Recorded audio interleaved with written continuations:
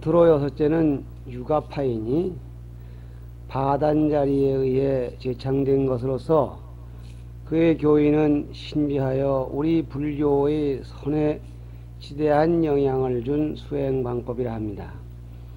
이들 육파 철학에 속하는 많은 학자들로서 부처님이 나실 때 크게 명성을 떨친 사람 6사람이 있으니 우리는 그들을 육사에더라 부르고 있답니다. 그들의 주장은 대체로 인과의 법칙을 부정한 채 인간의 괴로움을 벗어나려고 한다는 뜻에서 우리는 애도, 바대, 길도, 애도라고 부릅니다. 그중 수론의 영향을 받은 니건자, 중리, 송아지건, 아들자, 니건자의 자이나교 같은 것은 종래의 우바니사트 철학의 범주를 벗어나서 신화와 자성의 관계를 각기 독립된 개체로 보기에 이르렀고, 그럼으로써 자성에서 생긴 23제의 범주를 초월하는 별도의 수행 방법을 제기하기까지 이르렀다고 합니다. 여기에서 그 육사들의 이름을 소개한다면 아기다시사 흠바라, 둘째 프란나 가섭, 셋째 말가리 구사리자, 넷째 가라구타 가전년, 다섯째 산사야 비라지자, 여섯째 니건자 야지자입니다. 이름들이 모두 괴상해서 부르기가 나쁩니다만 그들은 한 시대를 풍미하던 대학자였다고 하니 그들의 주장을 잠시 살펴보기로 하겠습니다. 첫째, 아기다시사 흠바라는 일명 순세에도, 세상 형편에 순응한다는 뜻입니다. 순세에도라고 불리는 사람이랍니다. 그들의 주장은 인간은 그저 쾌락을 즐기면 된다, 선이나 악이 내세에 아무런 영향을 주는 게 아니라고 가르쳤으므로 쾌락주의자라고 부르기도 한답니다. 둘째, 프란나 가섭은 현실적인 물질에다 최고의 가치를 두고 도덕을 부정했다고 하며 전생도 내생도 부정하고 오직 현재 물질적 풍요로움만이 지상의 목표라고 주장하였다고 합니다. 셋째, 말가리 구사리자는 경전에서 사명애도, 삿들사 목신명, 삿된 생활이다 이 말이죠. 사명애도, 잘못된 생활 방법이죠. 이렇게 불리우는 자로서 인간은 일정한 기간 동안은 고통을 받도록 운명지어진 존재이므로 선을 구하거나 악을 피하려는 노력은 무의미하다고 주장했다고 합니다. 실구리를 산에서 던지면 실이 다 풀려야 끝이 나듯이 이 운명지어진 것이 다 풀려야 즐거움이 오리니 그 기간은 고행, 특히 니건자파와 같이 나체로 고행을 하면서 때를 기다리라고 했답니다. 그들은 또 8만 것까지의 일은 알 수 있지만 8만 것 이전의 일은 깜깜하여 모른다고 하므로 명제, 어두울명, 진리제, 명제라고 하며 이 명제야말로 운명의 근원이며 우주의 진리라고 주장했답니다. 넷째, 가라구타 가전녀는 둘째의 프란나 가섭의 주장과 비슷하다고 합니다. 다섯째, 산사야 비라지자는 궤변론자, 우리가 궤변이라고 하는 궤변입니다. 궤변론자로 알려졌습니다. 예를 들면 죽은 뒤에 영혼은 있기도 하고 없기도 하고 있지 않기도 하고 없지 않기도 하다 하여 마치 금강경의 한 대목 비슷합니다만 금강경에서는 어디엔가 집착할까봐 하신 말씀이고 이들의 논법은 상대방을 교랑시키기 위한 것이 특징이므로 정전에서 가끔 교란애도라고 부르고 있습니다. 끝으로 여섯째, 니건자 야지자는 극단의 고행주의자로서 명성이 대단했던 모양입니다. 위에서도 잠시 언급했듯이 정통바라문의 범주를 벗어나서 신화에서 생긴 자성의 존재를 호환을 한자죠. 환으로 상정하고 생각상 정할 정자 생정하고 그를 극복하려는 고행주의를 전개하였다고 합니다. 그가 6년의 고행 끝에 도를 이루어 자신을 자이나 별진 어찌나 짠데 번역하면 이계 여일리 얽매일게 얽매임을 여인자 그런 뜻입니다. 이계 또는 대웅 큰데 우리가 부처님을 대웅이라 하는데 그들도 대웅글입니다. 세존 인간세 높을 존 고향 끝에 자이나 대웅 세존 등으로 부른 것이나 배타를 부정하고 계율을 강조하고 무소득 없을무 봐서 얻을 바 없음이죠. 무소득을 주장한 점에서는 불교와 비슷하다고 합니다. 그러나 그의 해탈론에 있어서 신화의 존재는 실체가 있고 자성에 의해 생긴 현상계는 허환하니 신화에 부합되면 자유롭고 현상계에 빠져들면 괴롭다. 이 현상계에 빠져들지 않기 위해 벌거벗고 다니거나 잿더미에 파묻히거나 굶거나 하는 등의 고행을 하다가 죽는 일 그 자체가 열반이라고 한 부분이 불교와 다르다고 하겠습니다.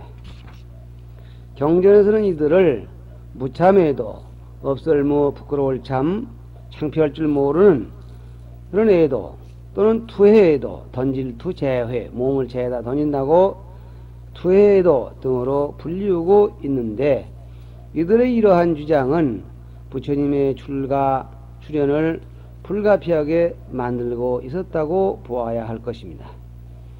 따라서 그 교파를 자이나 교파라고 하는 이유는 속박을 여인분 이계자가 되는 것을 지상의 목표로 삼는 교파란 뜻으로서 부처님 출현 후에도 교단의 유일한 상대였다고 합니다. 그들의 대체적인 주장은 우주의 본체를 브라흐마나 또는 신화라 하고 차별된 현상계는 마야 즉 호환은 한자죠. 환이라 하여 실체가 없다고 한다는 것은 위에서도 말씀한 바 있습니다. 그들은 이러한 환 같은 현상계의 하나인 생사의 고통도 실체가 없는 것인데 무명에 가리워서 애욕을 일으키고 애욕에 의해 다시 업을 지어 생사의 윤회를 벗어나지 못한다고도 하였답니다.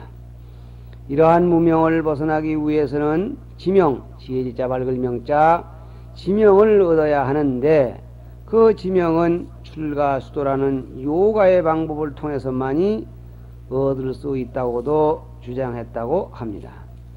그러나 그들의 수행이란 대체로 무의미한 고행을 일삼는다든가 설사 이론을 제창한다 하여도 공리공론에 지나지 않는다든가 하는 폐단이 상대적으로 늘어났고 설사 심오한 철학을 강론하거나 진정한 해탈을 얻을 수 있다 하더라도 사성계급 중 아리안 계통의 3계급에 한정된 일이요 절대다수인 수드라 계급에는 해당치 않는 일이었다고 합니다.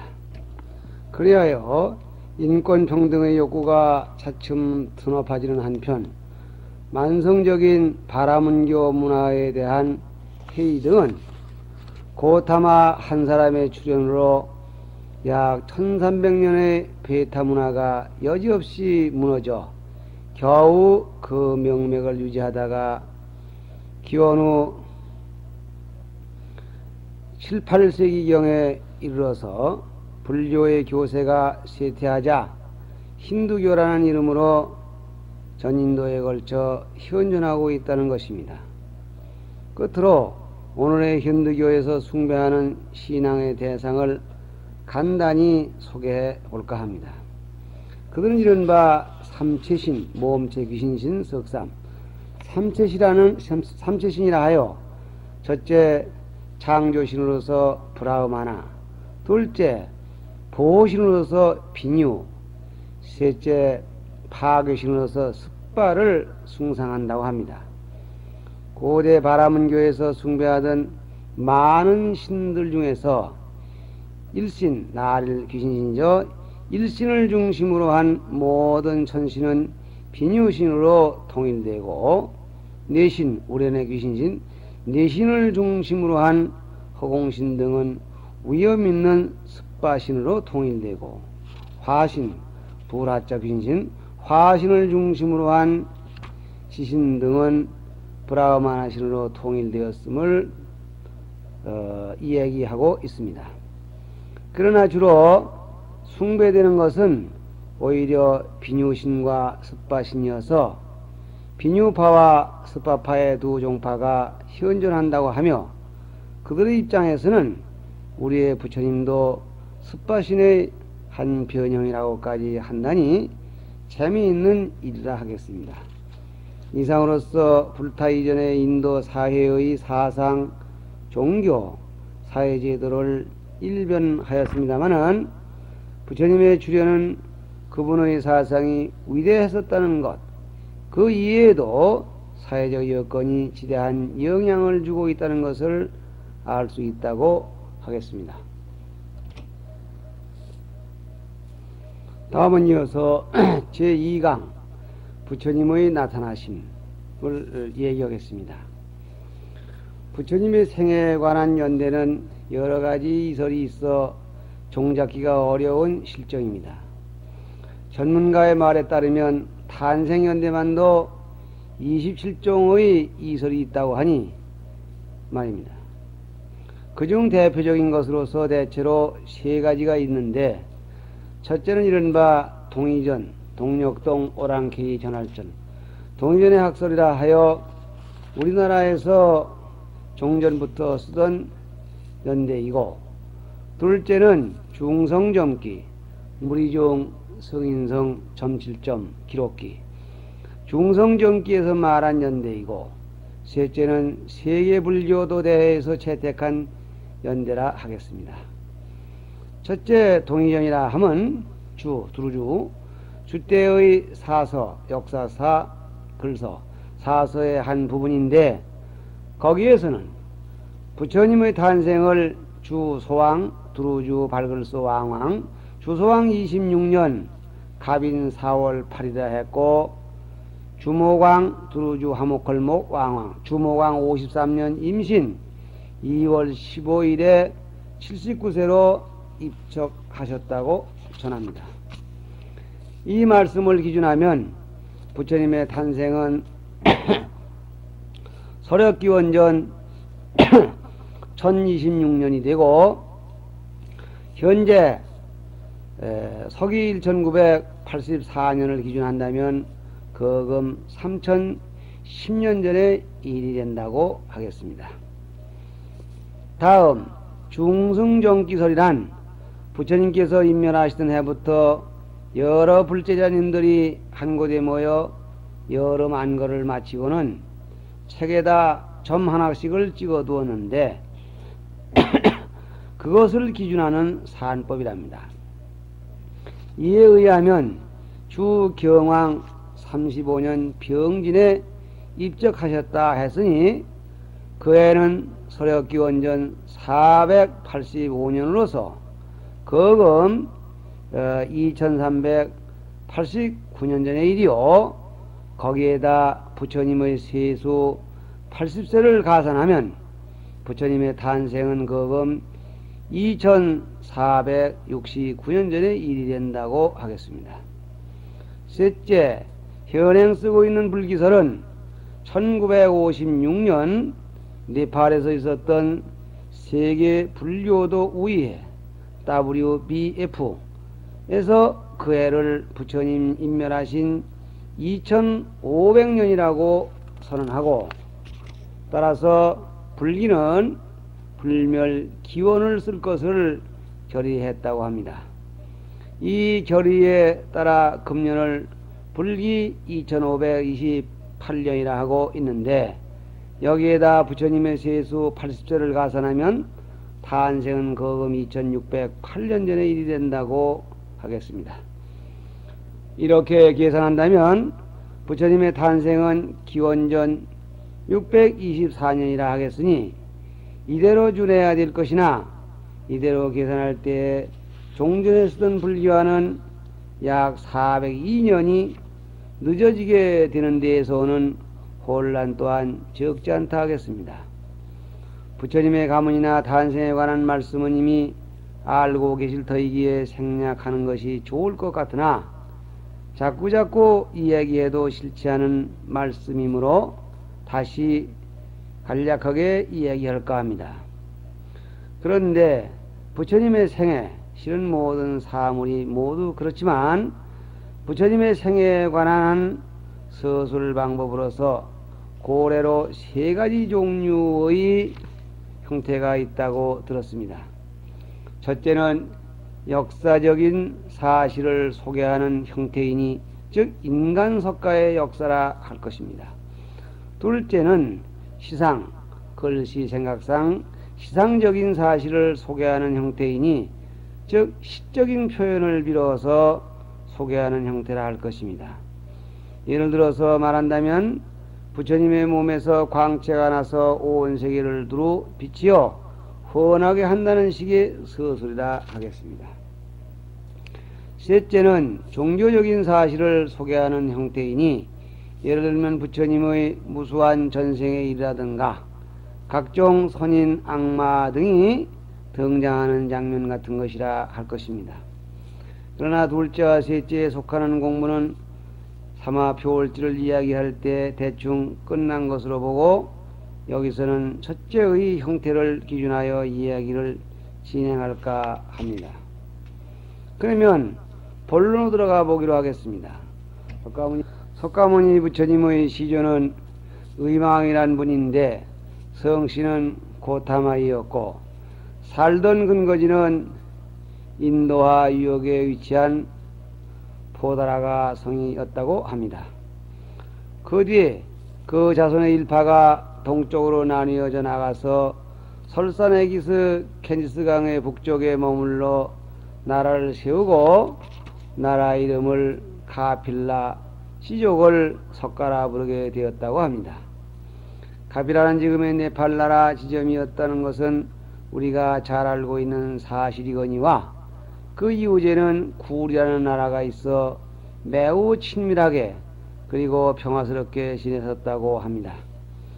부처님의 할아버지는 사자협 왕이셨고, 사자사 아들자 뺨협, 아버지는 정반왕, 말글정 바반 인구망 정반왕이셨는데, 구리구의 공주 마야, 만질마 어찌야 마야와 바사바제 두 분을 왕비로 맞으셨다는 것으로 보아 사돈간의 나라였음을 알 수 있겠습니다.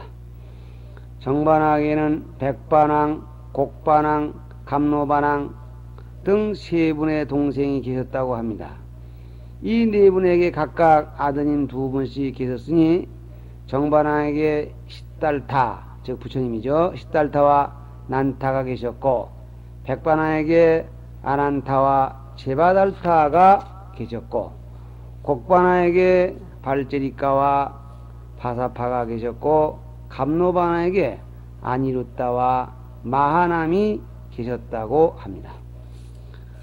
부처님은 정반왕과 마야 부인 사이에서 탄생하셨는데, 태어나신 지 7일 만에 모께서 돌아가심에 이모이신 마바사 바제 부인이 계모로 들어와서 양육해 주셨고, 동생인 난타는 이 마바사바제 부인에 의해 탄생하셨다 합니다. 부처님의 성이 구담이라는 것은 위에서도 잠시 말한 바 있거니와, 구담이란 지구상에서 가장 수승한 성바지란 뜻에서 따지 가장체 높을 성, 지체성, 이러한 낱말이라고 하며, 구담씨의 한 파로 갈린 시족으로서 석가라 하였는데, 이는 능인, 능얼능 어지린 이라 번역되는 말로서 매우 장하다는 뜻을 가지고 있는 말입니다. 부처님이 어릴 때 시절의 이름은 살바 시달타이니 모든 일이 이루어지다 하는 뜻이 담겨있는 낱말이라 합니다. 부처님의 어머니이신 마야부인은 가비라의 이웃나라 구리국의 공주였었는데, 마야부인께서는 산월이 되자 당시의 풍속에 따라 친정나라로 가시던 도중 구리국 영토에 있는 눈빛이라는 공원에 잠시 들려 쉬시려는데 탄생하셨다 합니다. 이렇게 태어나신 아기에게 시달타라 이름을 지어주신 의도는 그 아기에게 거는 기대가 매우 컸다는 말이 되건만, 당시의 대학자였던 아사타 선인은 태자가 장차 출가 성도하여 부처님이 되실 편이 많다는 정꾀를 아뢰었다고 합니다. 그 당시 인도에는 이미 전통사상으로서 바라문교라는 것이 있었다는 것은 위에서도 말씀한 바 있습니다만, 부처님이 나타나셔서 세상을 구제하리라는 막연한 기대를 가렸던 것은 마치 기독교 이전에 있었던 유태교에서 메시아를 기다리던 것과도 같다 할 것입니다. 이러한 소망이 시달타에 의해 이루어지리라는 아사타 선인의 예언은 반가운 일이기는 하나, 정반왕에 있어서는 전륜왕이 되어서 빛나는 왕조를 이루어주기를 바라는 마음이 더욱 간절했었다고 합니다. 부왕의 이런 소망에는 아랑곳 없이 태자는 술과 수도의 길만을 흠모하고 세상 모든 것을 괴로운 존재로 여겨 싫어하는 소년으로 변하고 있었답니다. 태자께서 사방의 성문을 나갔다가 노인과 병자와 시체를 메고 화장터로 향하는 모습을 보고는 근심에 빠지고, 마지막으로 출가수도하는 바라문교의 사문을 보고는 기뻐하였다는 일은 우리가 너무도 잘 아는 일입니다. 태자의 이러한 생각을 조금이라도 막을 욕심에서 부왕께서는 갖은 호사를 다 시켜주고 마침내는 미녀 야수다라를 태자비로 맞아들여 아드님 하나를 얻기에 이르르니 태자의 마음에는 하등의 변화도 주지 못하는 실정이었다고 합니다. 그러한 태자의 의지는 그 아드님의 이름을 나후라라고 한 것만 보아도 쉽게 알 수 있을 것입니다. 나후라란 장애라는 뜻을 가지고 있는 말이니, 즉 자신의 출가에 방해가 된다는 뜻입니다. 태자는 이러한 장애에도 불구하고 어느 날 밤 백마 건척을 타고, 즉 건척이라고 부르는 백마를 타고 종자인 차익의 인도로 살며시 성문을 빠져나가니 19세 때라고도 하고 29세 때라고도 합니다. 나마림이라는 숲에 이르르자 차익에게 건척을 끌고 궁으로 돌아가서 자신의 출가를 알게 하고는 발가선이라는 스승을 찾아가서 도를 물었습니다. 그때 이 숲에는 많은 수행자들이 모여 고행을 하였었는데 발가선인도 그 중에 한 사람이었다고 합니다. 그러나 태자는 그 스승의 말에 동의하지 못하고 그의 곁을 떠나기로 했으니, 고행을 함으로써만이 인간이 괴로움에서 벗어날 수 있다는 그의 주장이 옳지 못했기 때문입니다. 차익의 보고에 의하여 태자가 출가한 사실을 안 정반왕궁은 발을 깍 뒤집혀 곧 사람을 고행님으로 보내 태자를 추적하여 환궁을 정용했으나 막무가내해야 했습니다. 어쩔 수 없이 5인의 왕족을 자출하여 태자의 곁에서 시중이나 들도록 좋지 하니 교진여 마하남 아유사시 발제리까. 그 다음에 파사파로서 이들이 뒷날 부처님께 최초로 득도하게 되는 이른바 오비구랍니다. 이들 오비구의 이름은 다르게 표시되기도 하는데 이들 5인 중 마랑과 발제리가와 바사파는 태자의 사촌 동생들이요, 나머지 두 사람은 애척이었다고 합니다. 5인의 종자를 거느리고 고행님의 남쪽에 있는 마가타로 간 태자는 두 번째로 아라라 가란이라는 학자를 만나 도를 물었다고 합니다. 그의 주장은 무소유 처정, 업설무바소 이수류 고처 정할정 이라는 선정에 들어야 고통을 면할 수 있다고 하였답니다. 무소유 처정이란 아무런 생각도 없는 무의식 상태가 되는 선법인데, 이에 대해 태자의 항의는 무소유 처정이 계속된다면 고통은 잊어버리겠지만 죽음을 뜻하는 것이요, 죽지 않고 깨어난다면 고통은 다시 솟아날 것이 아닌가 하여 다시 그의 곁을 떠났다고 합니다. 세 번째로 찾아간 곳은 울트라 람마자였는데 그의 주장은 비비상처정에 들을 것을 권장했다고 합니다. 이 수행 방법도 아라라가란과 대체로 비슷한 것이어서 진정한 수행이 되지 못한다고 판단한 태자는 다시 그의 곁을 떠났다고 합니다. 태자는 같은 마가다 안의 가야산에 들어가 혼자서 수도하리라 결심하고 피나는 고행을 6년 동안 계속하는 동안 몸은 몹시 수척했으나 진리를 깨닫는 일에는 아무런 소용이 없음을 알게 되셨다고 합니다.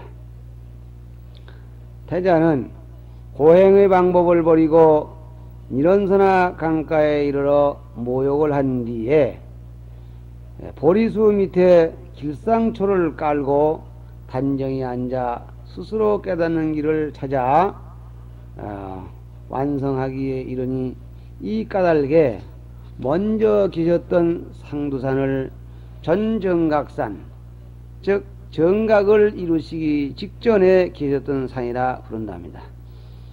이때 태자가 고행을 벌이는 모습을 본 5사람은 태자가 도에서 물러났으니 함께 따를 필요가 없다 하면서 태자의 곁을 떠나 서쪽으로 녹야원으로 가서 자기들끼리 수행을 계속했다고 합니다. 때마침 소목이는 소녀 난타바라가 우유죽을 가지고 지나가다가 이 수척한 고행자를 보자 바칠 생각이 나서 태자에게 바쳤다고 합니다. 태자는 이를 받아 마시고 기력을 회복하여 선정에든지 7일 만에 안팎의 모든 마군을 항복시키고 도를 깨달으시니, 때는 30세 혹은 35세 되시는 해 12월 8일 새별이 뜰 무렵이었다고 합니다. 이렇게 해서 부처님은 우리에게 나타나신 것입니다. 그러면 부처님께서 깨달으신 내용이란 무엇이었던가요? 물론 자신을 비롯해서 모든 중생이 생로병사의 고통에서 벗어나지 못하는 이유와 거기에서 벗어나는 방법을 확인하시는 일이라 하겠습니다. 그분이 깨달으신 중생들의 고통은 다른 데서 오는 것이 아니라 무명에 의해 생겨난 것이라는 것입니다. 본래 생로병사가 없는 진요의 세계에서 까닭없이 벗어나게 된 첫자리를 무명이라 불렀는데, 여기에는 진여의 밝음이 없는 어리석음의 어두움뿐이라는 것입니다. 이 무명은 다시 연기, 인연년 일어날기, 연기라는 상대적인 과정을 거쳐서 마침내 생로병사의 고통에서 헤어나지 못하는 중생이 되었다는 것입니다. 이 한 말씀은 종전의 모든 학설과 판이하게 다른 주장이 됩니다. 그 이유는 아직까지는 인간의 고통을 어떤 주재자가 준다든가 일정한 운명에 의해 이루어진다는 것이었는데, 부처님의 주장은 인간 스스로가 무명에 끄달리느냐 아니면 거기에서 벗어나냐에 따라 다르게 나타난다고 하셨기 때문입니다. 시간도 됐고요. 여기서 잠깐 쉬었다 하죠.